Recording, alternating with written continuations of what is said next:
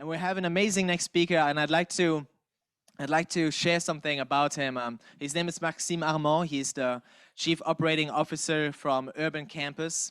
Hi, Maxime. Can you hear me? Yes, perfect. Yeah. Hi, Guy. Hi. Good to see you. Good to And see you too. I was about to share the story of when I did my Co-Living World Tour. I visited your space at Urban Campus, and it was rather big. You have 70 residents, right, or Yeah, 75? exactly. Yes. And I remember when I came in, literally, like, people were smiling, they were hugging each other. I mean, it was pre-COVID, right, guys? And I was astonished because I figured like this culture was existing in smaller communities, but I've never seen it in like entire buildings like that. So I'm really looking forward to what you're going to share today around best practices and how to build user-centric experiences. And my friends, the stage is yours. And if we have time afterwards, we'll come back for a few Q&As. Perfect. Well, thank you very much for having me. Can I share some slides or how does that work? Yes, you're more than welcome. Just click on share screen and you're able to share your slides. Okay, because it tells me that I cannot. We're going to change that in a second. Thank you. Okay. Of so, course. We're good. Urban Campus, we good? Okay, great. Perfect. And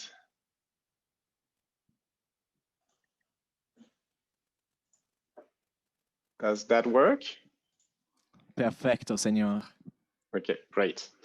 Okay, so today I want to talk about how we work at creating a customer-centric experience in co-living. And a few mistakes we've made, some tools we use. So I hope it can help new people avoid some of the mistakes we've made. So Urban Campus is, we are an operator, co-living operator, and residential operator. Like Guy was saying, we have buildings that are active in Madrid, Spain, and we have a bunch of projects in France, in Spain, and in Italy. So these are some pictures from our buildings in Madrid. So why do we care about being customer-centric? My background is not in real estate. I am an IT engineer by training. I used to design digital products. And in the digital world, being customer-centric is just a standard.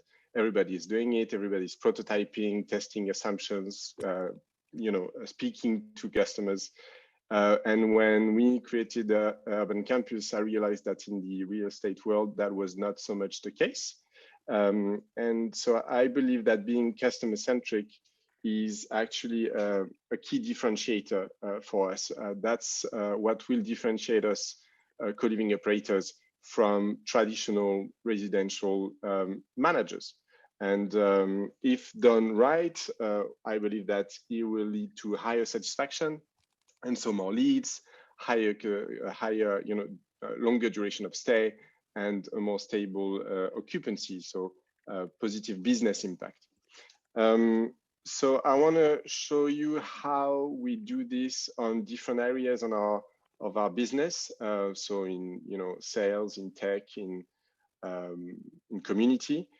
There are three things to do, very simple things to do, but easier said than done. So it's to listen to customers, to reply to them, show them that you actually heard them, and then to share these insights. So how did we do that in sales at Urban Campus? So we started really early on, actually, before we even opened our first co-living buildings. So that was like 4 years ago. We posted some fake ads. I'm sure that a lot of co-living operators did that. We posted some fake ads on, local Craigslist to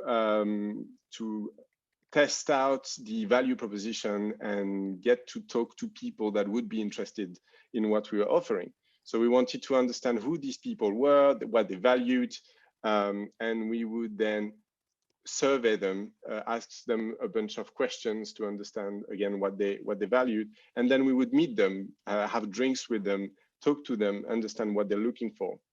So it really helped us better understand who they were, better define what our value proposition was and what our product should look like. And then once we had people living in our buildings, we kept doing that, and we also started getting some data about, subscriptions and how long people were staying, where they were staying, etc. So we started analyzing this data to see if we could identify trends and insights that we could use to improve our product. We realized a bunch of things. So we analyzed a lot of parameters.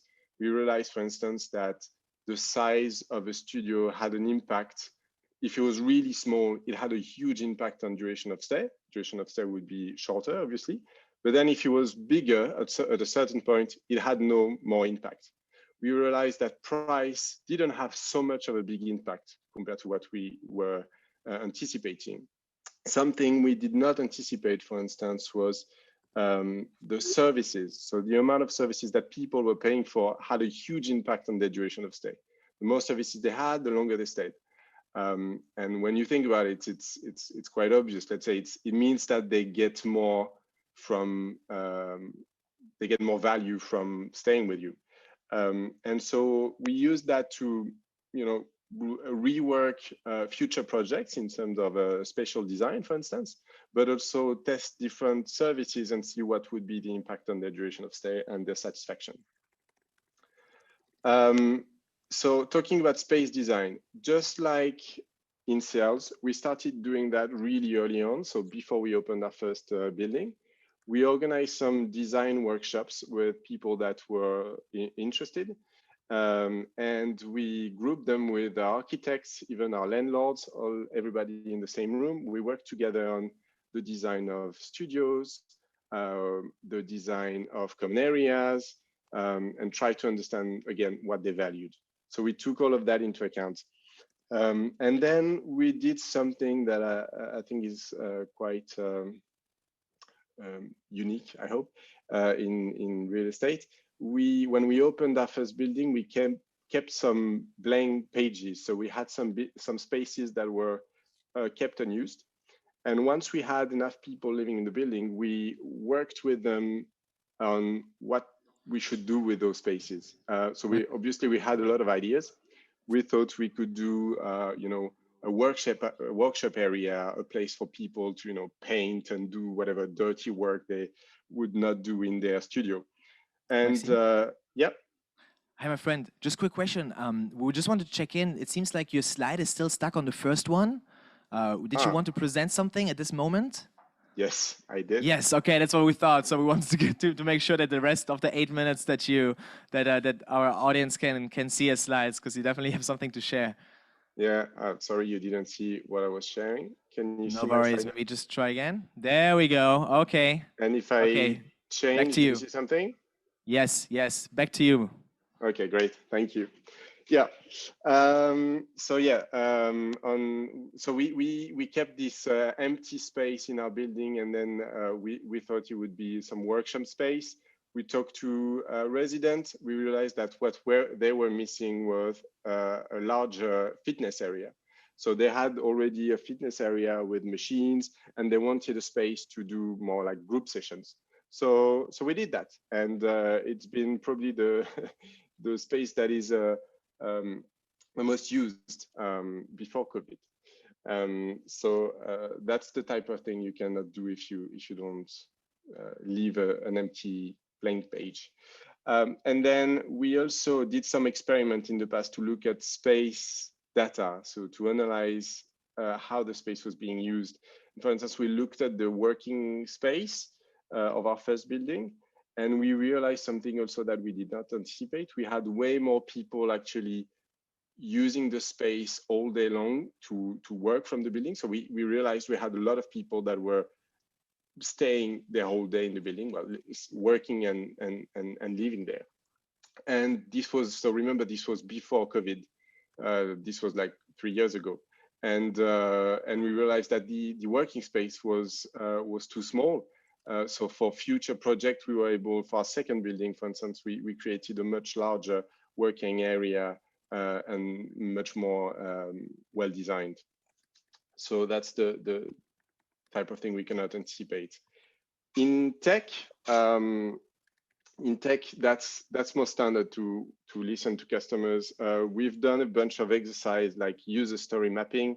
That is quite standard. Again, it's a way to identify all of the needs of your customers, the actions they have to do, their pain points. So for instance, in the moment they want to look for an accommodation and how they book it, etc. So you can do that on different aspects of your experience.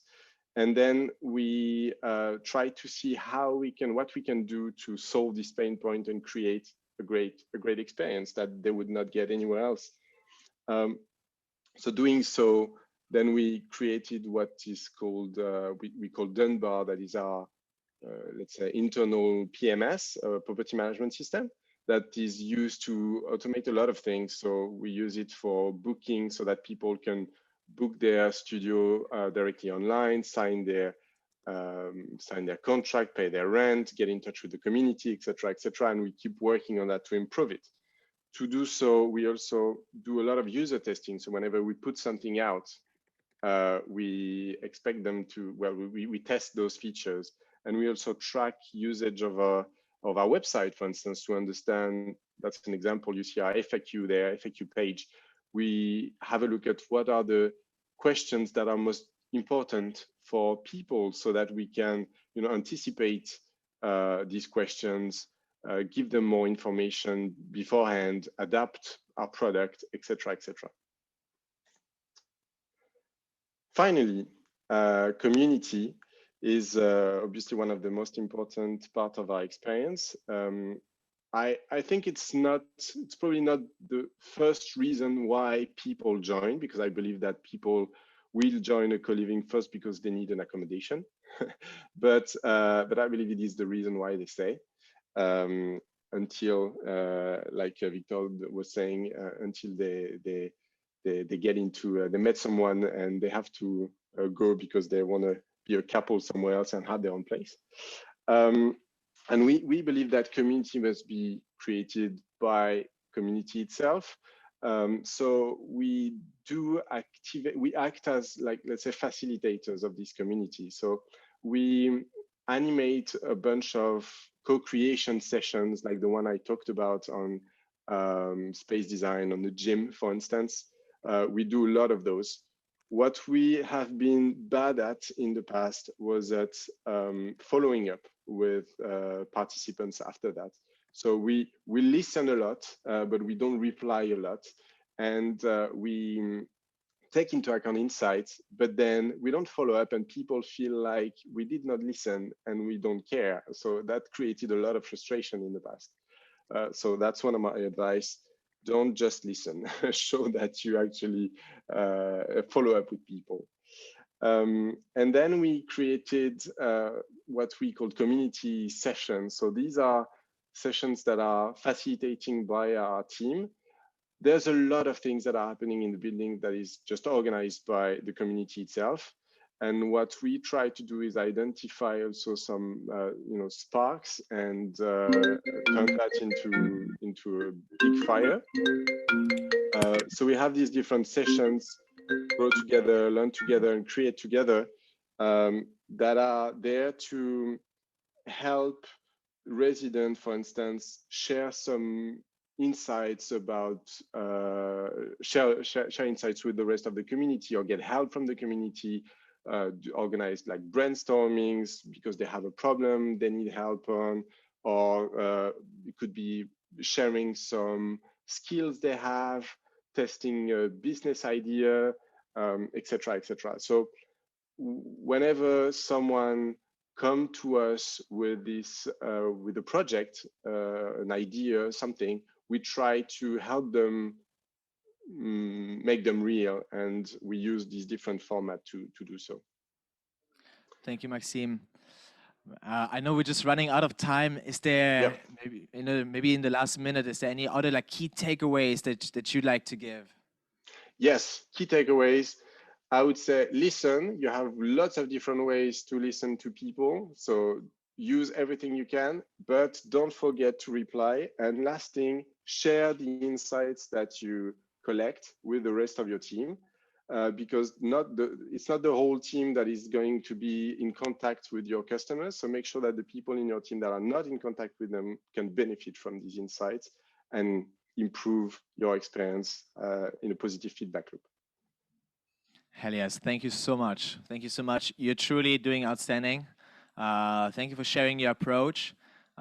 We recommend, like, if you want to drop the link about urban campers in the chat so people can also follow you and help you out. And sure. We're really looking forward to all of the places that you're going to create in the future. Thank you very much, Guy. Thank you. Thank you, Max.